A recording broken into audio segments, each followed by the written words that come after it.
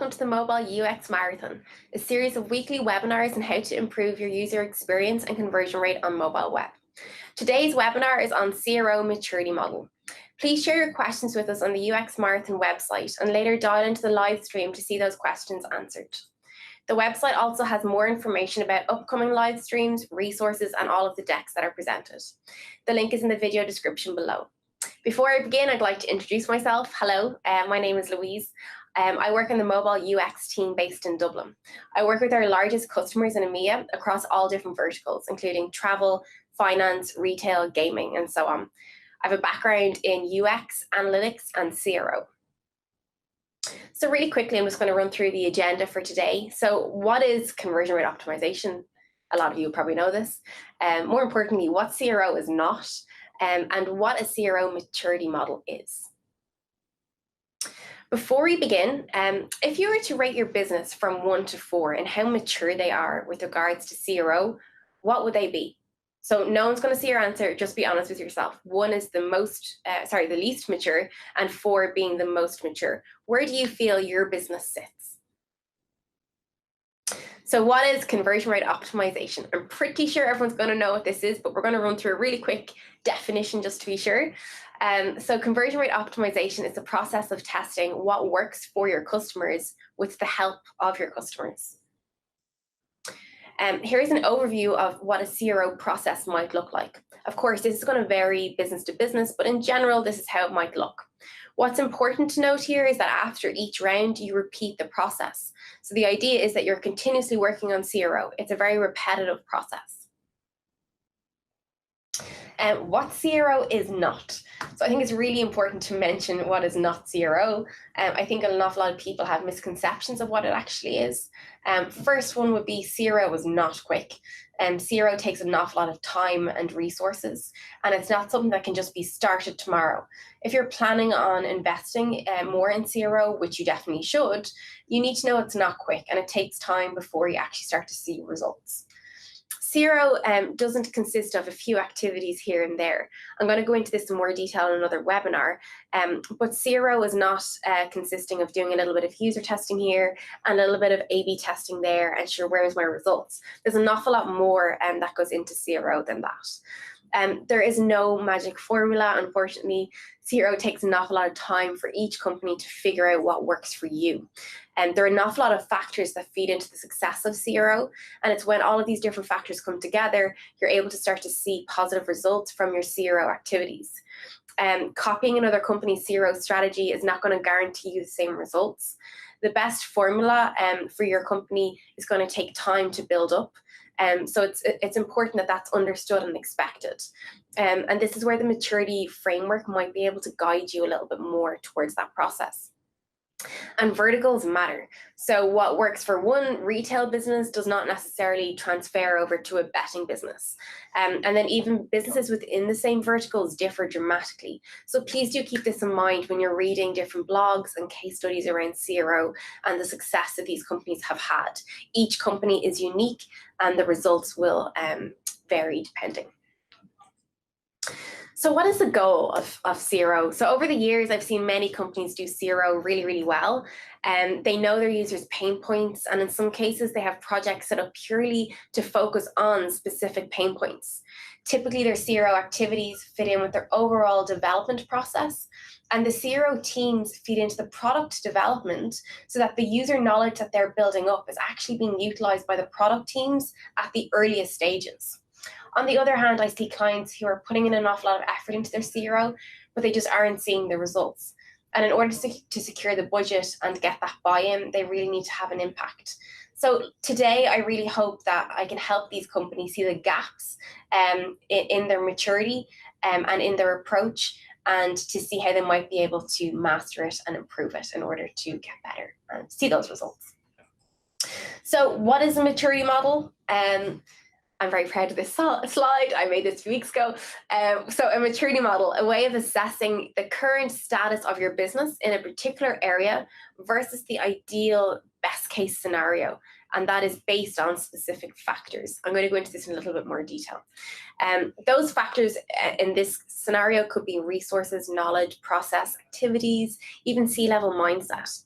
When you analyze your current status and position in the maturity model, this clearly highlights the gap between where you are today and where you want to be, so that best case scenario. And the benefit of a maturity model is that it helps structure your approach towards reaching that desired best case scenario in a realistic, systematic approach. It highlights the key factors and areas that need attention in order to attain that best case scenario. In Google, we use a maturity model for all of our clients. So based on certain questions that we ask our clients, we're able to assess where in the maturity model this client sits. We then tailor our content so that what we recommend is within their capability. This has really helped us get the best results with our clients because we're taking into account all of the different maturity factors so that they aren't recommended things that they're not able to implement. So after you've assessed yourself against the maturity model, you are then in a position to look at your overall CRO process and ask yourself key questions like, what is our goal? What is it that we want to achieve? Are there any limitations to that? And if so, what are they? And what can we achieve realistically in the short term and the long term? So this is the maturity model that I've been talking about. You can see on the left-hand side is the factors that I mentioned for consideration. And then the columns you can see are numbered 1 to 4, and these are the maturity levels. So I'm going to go through the naming structure that we use just so that I'm clear. So a nascent client, these are clients who are aware of CRO, but have yet to dedicate resources. They face resistance and pushback internally and are predominantly waterfall in how they work. Emerging, these clients are new to CRO. They have some resources available, they understand the importance of CRO, but they have yet to fully integrate it into the business and their culture. There's a fear of failure, and they need to convince people internally to come on board. And then connected. So these clients would have C-level buy-in. So the senior management fully believe in their approach. They have dedicated resources. They are data-driven, both qualitative and quantitative. So they're very informed. They're agile, and they're pushing towards a full CRO culture. And then a multi-moment client. So these would be very agile. They would have dedicated CRO teams. They would have buy-in from key stakeholders and C-level management. CRO is part of their culture, and it's something that they just do routinely.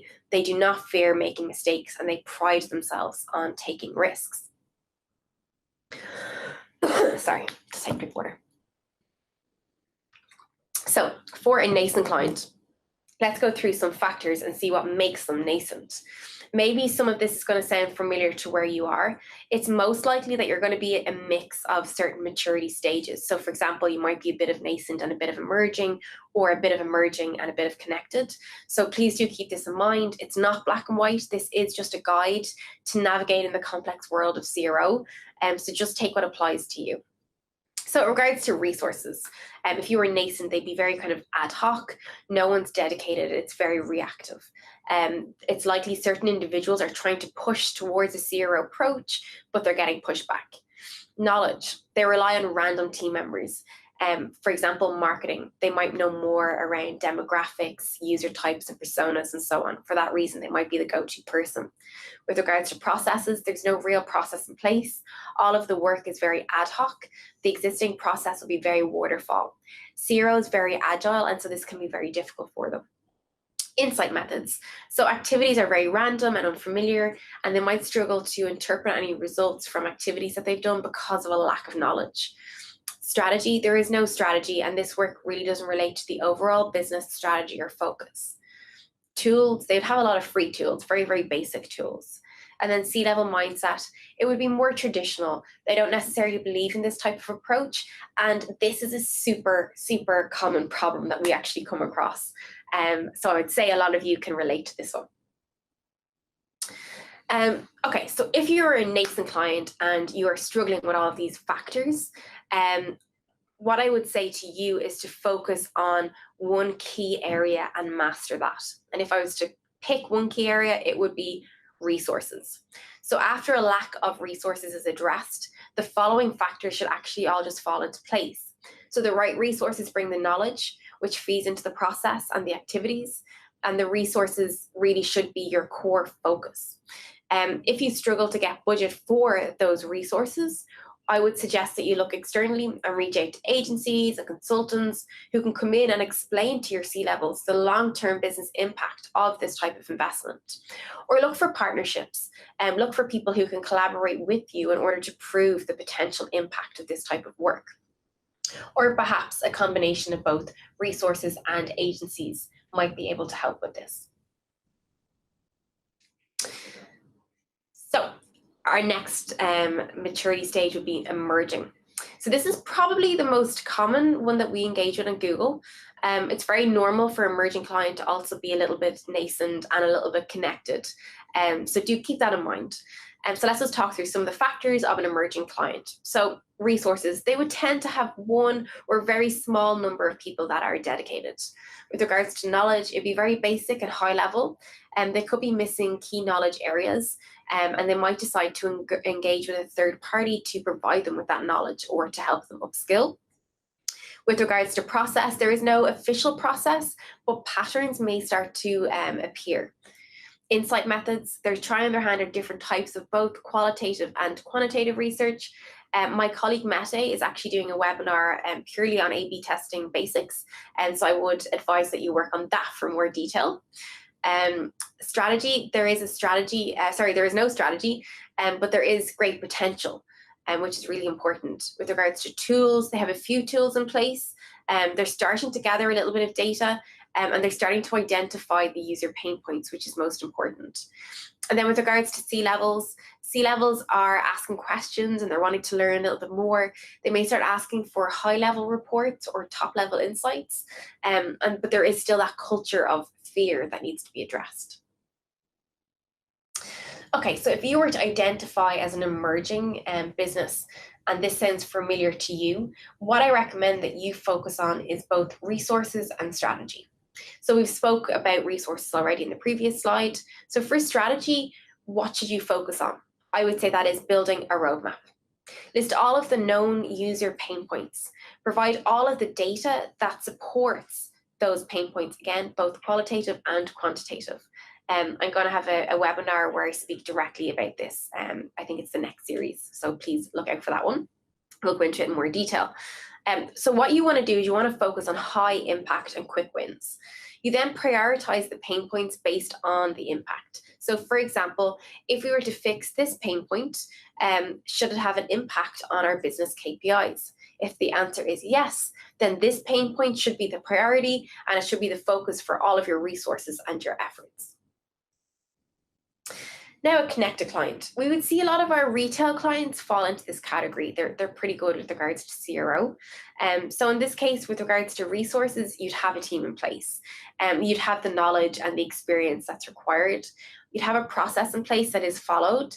It has room for optimization, but the team will most likely feed into this on an ongoing basis. With regards to activities, you split them again into both qualitative and quantitative, along with some heuristics. With regards to strategy, you have a roadmap in place, and it's based on the research that you've done to date. It identifies areas for improvement and those pain points, and your strategy, your overall business strategy supports this. Your tools, they would have become more sophisticated. You may have stopped using the free tools that you started out with, and the tools that you're using probably offer a little bit more insight on specific user demographics. And then with regards to C-level, the C-levels will completely support this. They know it's very reactive in nature, and it's part of the overall business strategy, so it's fully supported. If you are connected, you've got this. You know the basics of CRO, and you're looking for the likes of consultants in very specific areas to come in and provide you with that knowledge or expertise in certain areas.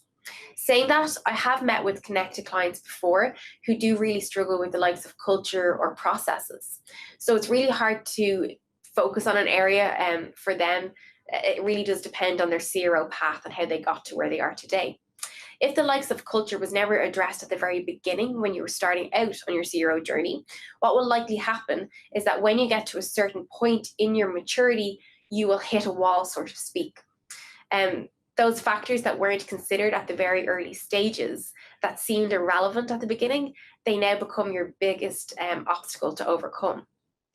If you identify as connected and you're having troubles maturing further, look at our factors and the steps to maturity.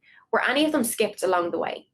If you identify as either nascent or emerging, take the time to focus on all of these factors at the very beginning so that you aren't coming back later on to try and address them. So again, if you were a connected client, you're basically doing great, but what areas should you focus on? I would suggest maybe tools. When a client is at this stage, they're starting to look more seriously at the likes of personalization. They have so much data and insight on their user types that they're now able to start customizing the user experience based on this insight. I would recommend that you look more seriously at these tools and invest in one. Make sure that the tools are capable of the type of personalization that you need, but also respect the user's privacy. I would make sure to involve your developers in this process, as their knowledge on your systems and your CMSs will be crucial. And finally, our multi-moment clients. So these guys are the experts. They know their stuff. They've built a CRO team and culture from the bottom up, and they've done it properly. They are super agile in how they work, and their CRO approach is something that everyone in their whole organization is firmly a part of and believes in. These type of clients tend to look for partnerships in areas that they want to grow and learn. They look for partnerships and knowledge usually as part of their strategic plan. So they will highlight this at the beginning of the year, at the beginning of the quarter, and identify the type of people that they might want to engage with to help them upskill. With regards to resources, they have them. Knowledge, they have it. Processes is in place, it's followed, it's really optimized. They're doing a lot of different activities and research methods, and they'd be very, very focused in on very specific user needs and pain points because of the amount of data and insight that they have. With regards to strategy, it's really well defined and it's broken down, again, usually based on the user pain points. Their tools would tend to be subscription based, but they'd also use a lot of third parties to engage with. From a C-level perspective, they are 100% bought into this type of work. They understand the importance of it, and they are fully supportive of that. Multi-moment businesses, they need to continue to think outside of the box, which a lot of the time can actually be their biggest challenge. They are so established that they need to utilize external resources to ensure that they continue to mature.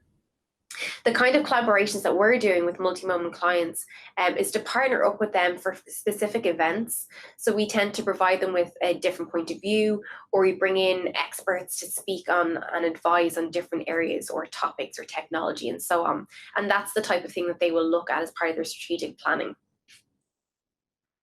Oops. To summarize, okay, so CRO, it is not quick. It is very, very slow, but it's worth it. The results make it worth it. There's a reason that it's so popular today. And when you do CRO right, it really can improve your business. Each company's CRO strategy and process is completely unique. It's really important to remember this when you're looking at external blogs and that type of thing. It is unique. They've put an awful lot of time and effort into getting to achieving those results. It's really important that you invest in the right resources. Make sure to build a solid foundation before maturing. So like I said, make sure that you are working very well within all of the factors that we listed, because later on they can become your biggest challenge that you have to then overcome. And hopefully by using our model, any company can identify where it stands, where it wants to be, and how it might be able to get there. So at the beginning, I asked you to rate yourselves with regards to your CRO maturity from 1 to 4. Did your rating change as I went through the framework? Did it go up? Did it go down? Or did you sit exactly where you feel you are? We'd love to hear more. So please do let us know how you got on and tell us for the live webinar series. I have a list of resources here, and these will be shared with you on the website. So please do go onto the website, and these will all be available to you. These resources are based on the topics that I've covered today, and hopefully you'll find them useful. We will be running a live stream. So what we're going to do in the live stream is we're going to cover a CEO mobile checklist, And then we're going to do a Q&A for today's webinar on the CRO Maturity Framework Model. And we're also going to do a Q&A for the qualitative and quantitative methods of research. So please do submit your questions to us.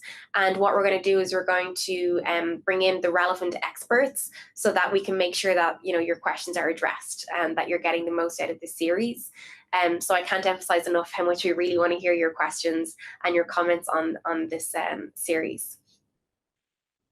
So thank you very much. I look forward to seeing you on the live stream.